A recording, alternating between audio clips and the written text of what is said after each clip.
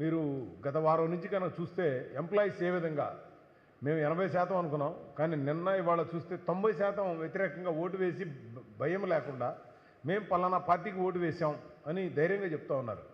అది ఈ రోజున రాజకీయాల్లో ఒక నూతన అధ్యాయానికి తెరలేపినట్టయింది. ఎందుకంటే ఎంప్లాయీస్ ఎవరు కూడా బయటకు చెప్పరు, భయపడతారు. అటువంటిది భయపడకుండా ఇంత ధైర్యంగా చెప్తున్నారంటే ఈ ప్రభుత్వం మీద ఎంత వ్యతిరేకత ఉందనేది ప్రజలు ఏ విధమైనటువంటి తీర్పుని ఇవ్వబోతారని ముందుగానే తెలిసిపోతూ ఉంది. అదేవిధంగా ఇంతకుముందు జగన్ రావాలి, మాట తప్పను మడం తప్పననే దానికి ఇవాళ జగన్ పోవాలి, ఎన్డీఏ రావాలి అనే ఒక కాన్సెప్టు ప్రజలు తీసుకున్నారు. ఇవాళ ఎంత తొందరగా బయటకు పంపించగలిగితే ఈ రాష్ట్రం అంత తొందరగా దరిద్రాల నుంచి బయటపడే పరిస్థితి అనేది ప్రజలు కోరుకుంటూ ఉన్నారు.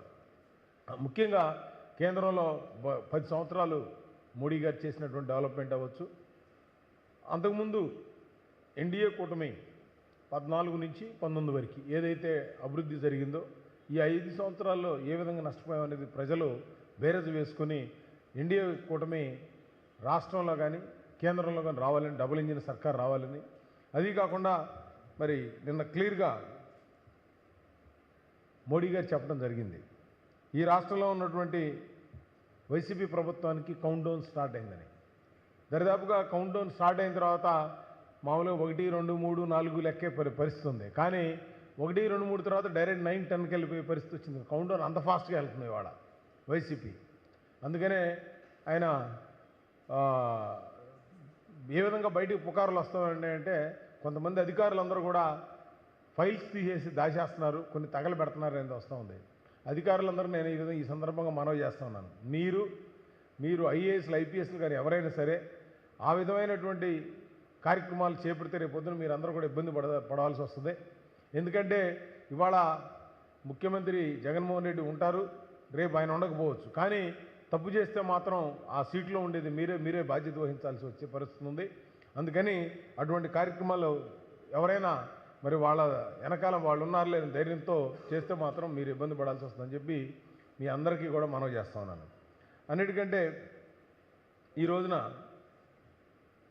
చెప్తా ఉన్నారు నిన్న మోడీ గారు ఒక ఇంపార్టెంట్ పాయింట్, ఒక మాఫియా రాజ్యం నడుస్తుందని.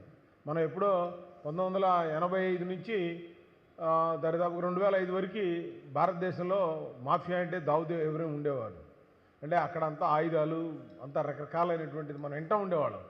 ఇవాళ ఆ మాఫియా కంటే కూడా ఇక్కడ గంజాయి మాఫియా, ఇసుక మాఫియా, ల్యాండ్ మాఫియా, అదేవిధంగా ఏదైనా చూడండి ఆక్రమించుకోవటం, లేదంటే జనాల్ని బెదిరించి అక్కడ వాళ్ళకి సంబంధించినటువంటి బిజినెస్లు నాశనం చేయడం, లేదా వీళ్ళ కప్పం కట్టే విధంగా జగన్ ట్యాక్స్ లాగా ఆ విధమైనటువంటి పరిస్థితులు ఈ రాష్ట్రంలో నడుస్తున్నాయని చెప్పి నిన్న మోడీ గారు క్లియర్గా చెప్పారు. ఒక మాఫియా రాజ్యం నడుస్తుంది. ఈ మాఫియా రాజ్యానికి అంతం పలకాల్సినటువంటి అవసరం ఉంది. ఎందుకంటే ఈ రాష్ట్రం ఇంతకుముందు ఎప్పుడు కూడా ల్యాండ్ ఆర్డరు చాలా ప్రశాంతంగా ఉండేది. మన ఆంధ్రప్రదేశ్లో ఎప్పుడు కూడా ఎటువంటి మత ఘర్షణలు కానీ, కులాల ఘర్షణలు కానీ, లేదంటే ఈ ఫ్యాక్షనిస్టులు కానీ చాలా తక్కువ ఉండేవి. ఏదో కొంచెం చిన్న చితక మన రాయలసీమలో ఉండేది తప్పితే ఇంకెక్కడ ఉండేవి కాదు. అటువంటిది ఈ రోజున ఇక్కడ మాఫియాని 5 సంవత్సరాలు పెంచి పోషించడం జరిగింది. అందుకనే ఈ రాష్ట్రంలో ఈ రాష్ట్రాన్ని పారదోలేదానికే వాళ్ళకి మరొకసారి కౌంట్ డౌన్ ప్రారంభమైందని. అందుకనే ముఖ్యంగా వికసిత్ ఆంధ్ర వికసిత్ భారత్ ఈ స్లోగను మోడీ గారు చెప్పి దీన్ని ముందుకు తీసుకువెళ్లాలని, ఈ రాష్ట్ర అభివృద్ధి ఈ దేశ అభివృద్ధి కలిసి పనిచేయాలన్నదే వారి ఉద్దేశం. అందుకనే రేపు 13వ తారీఖున సూర్యనారాయణ గారు చెప్పినట్లుగా ప్రతి ఒక్కళ్ళు కూడా ఈ అవినీతి ప్రభుత్వాన్ని, ఈ అరాచక ప్రభుత్వాన్ని పారదోలడానికి ప్రతి ఒక్కళ్ళు కూడా ముందుకు వచ్చి మీ ఓటు వినియోగించుకోవాలని, అదేవిధంగా ఫైనల్గా డబుల్ ఇంజిన్ సర్కారు మరి ఎక్కడ చూసినా కూడా వాళ్ళు అదే ప్రజల్లో నిన్న ర్యాలీలో జనాలు ఊగిపోతూ ఉన్నారు. ఏది ఒక ఆవేశంతో ఎప్పుడా డేట్ వస్తుందా అన్నట్టుగా.